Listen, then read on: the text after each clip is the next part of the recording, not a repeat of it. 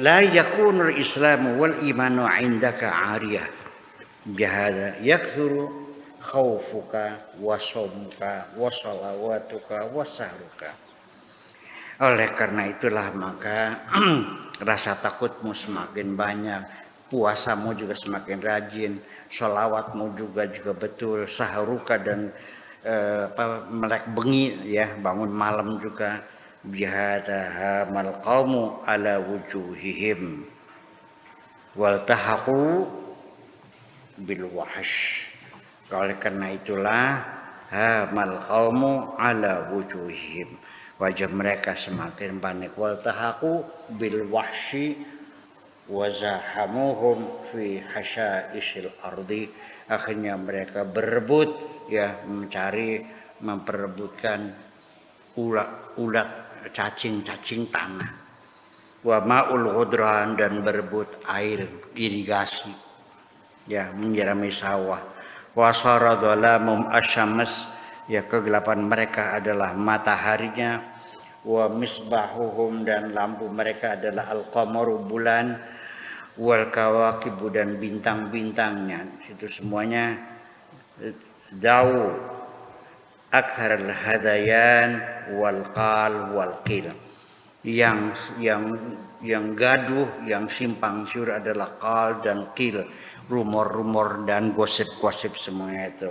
Wa idha'atul man, dan buang-buang harta. Kalau tidak kamu dengan cara menjernihkan hatimu, kamu akan bikin gaduh semuanya, dan tidak ujung-ujungnya kamu akan berebut harta. Paham nggak? Gitu. Udah, jangan berebut harta. La tuksiru minal qu'ud ma'al jiran wal asdiqa wal ma'arif li ghairi sababin. Kemudian jangan terlalu banyak kongko-kongko, duduk-duduk, ngobrol-ngobrol dengan tetangga, dengan teman, dengan kenalan-kenalan li ghairi sababin, tanpa ada kebutuhan. Ya, orang yang belajar mencernihkan hati itu coba sering belajar menyendiri, jangan terlalu banyak geradak guruduk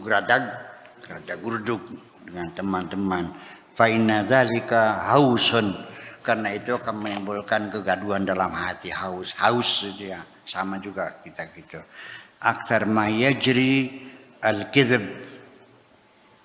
yang paling banyak nanti ketika kita ngobrol ya, apakah ibu-ibu pada asar sambil petanan cari kutu kepala ya, berderet seperti kereta api gitu. Apa yang dibicarakan? Ngerasani laki. Betul nggak? Suami saya mah enggak, begini. Suami saya ngapain? Ya, wal ghaibah ya, ngerasani orang, ngaci make orang, wan namimah baina itsnaini, wal maksiyah, dan kemaksiatan. Innama tatimu baina itsnaini, kemaksiatan itu terjadi antara dua orang, apalagi berlain jenis. Ya, jangan suka berdua-duaan. Seorang laki-laki dan perempuan berdua-duaan di tempat yang sepi, nanti akan bertiga dengan setan. Itu kata Nabi. Ya, kalau berdua di rumah saja. Saya termasuk bisa mentolerir ya, pacaran, mangga silakan, perkenalan. Jangan sampai kawin dengan perempuan seperti beli kucing dalam karung. Betul nggak? Jangan sampai kamu kawin dengan laki yang tidak kamu kenal. Silakan pacaran dulu, tapi pacarnya jangan di bawah pohon kersem. Di rumah sambil nonton TV, sambil dengan calon mertua, sambil makan kacang, minum kopi bareng-bareng. Itu loh. Boleh nggak gitu? Iya boleh. Yang nggak boleh kan pacaran di Karang Suwung. Itu semuanya menjadi kemaksiatan. Wal maksiyah innama tamtatimu baina itsnain.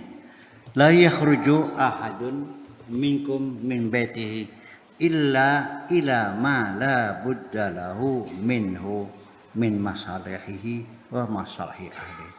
Jadi jangan sampai seseorang yang belajar membersihkan hati itu keluar dari rumah kecuali memang ada keperluan yang mendesak untuk dirinya atau keluarganya. Dan situ ijtahid an la tabda'a bil kalam. Coba belajar melatih diri jangan memulai percakapan. Jangan memulai percakapan. Tapi ini nanti saya terangkan. Ini bukan untuk pelajaran umum ya, tapi untuk orang yang kepengen membersihkan hati. Dan ini berlaku pada fase-fase tertentu, bukan pergaulan sehari-hari. Ya, saya tetap mengatakan kamu harus ramah, menyapa orang perlu, ya, bukan diem. Ini lagi belajar melatih diri untuk membersihkan hati. Ya. Kemudian jangan memulai berbicara. Bal yakunu kalamuka jawaban. Tapi ucapanmu itu hanya sebagai jawaban. Kalau ditanya jawab, jangan memulai ngomong dulu. Belajar begitu, sementara belajar. Ya. Idza sa'alaka sa'ilun, ketika ada orang yang bertanya kepadamu an syai'in, tentang sesuatu, fa in kana jawabuhu maslahatan, kalau jawabannya ada keuntungan, ada kemaslahatan, ya, laka walahu, keuntungan untuk diri kamu, untuk diri orang yang bertanya, silakan dijawab. Bagaimana Pak Haji, sehat? Alhamdulillah. Kapan kita nanam padi? Sampai sekarang balai desa belum mengumumkan kapan kita mulai nanam, karena masih katanya masih menunggu hujan. Dijawab, ini penting soalnya. Ya, kalau seandainya pertanyaannya itu tidak kepentingannya, nggak usah dijawab dong.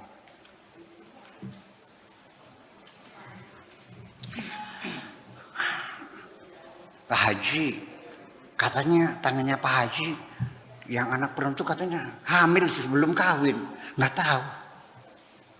Nggak ada urusan, ngapain ini gitu. Cari matang, belum kawin. Urusan apa? Dijawab nggak? Nggak usah. Nggak tahu. Gitu, belajar kita ini setiap ucapan itu harus ada nilai. Karena omongan yang keluar dari mulut kita ketika sudah keluar tidak bisa dicabut lagi. Kita seringkali menyesal karena ngomong, betul nggak? Menyesal tidak ngomong tidak terlalu berat, tapi yang itu menyesal karena ngomong. Waduh, kenapa saya ngomong begini jadi salah? Gitu. Jadi kita mengeluarkan omongan pun diperhitungkan seperti kita mengeluarkan uang.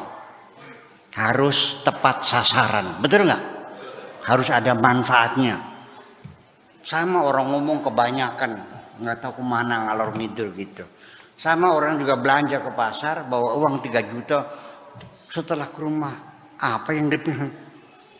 Obat nyamuk sekardus. Ngapain? Minyak goreng sekardus, pamper, softtek. Memangnya mau pakai softtek tiap hari? Iya, beli softtek buat setahun. Ngapain? Iya, jadi orang juga membelanjakan uang tanpa hitungan, akhirnya kecewa. Orang juga ngomong kebanyakan, akhirnya kecewa. Wa illa fala tujibu. Kalau nggak ada maslahatnya, nggak usah dijawab. Al-qaumu yakhafuna rabbahum azza wa jalla fi jami'il ahwal. Para aulia illah itu adalah mereka orang yang takut kepada Tuhannya dalam kondisi apapun. Ngomong ya takut, diem ya takut, nolong ya takut, semuanya selalu terkontrol. Artinya kecurigaan kepada dirinya sendiri. Ya, wa yu'tuna ma atau wa qulubuhum wajilah. Shadaqallahul azim. Assalamualaikum warahmatullahi wabarakatuh. Dah.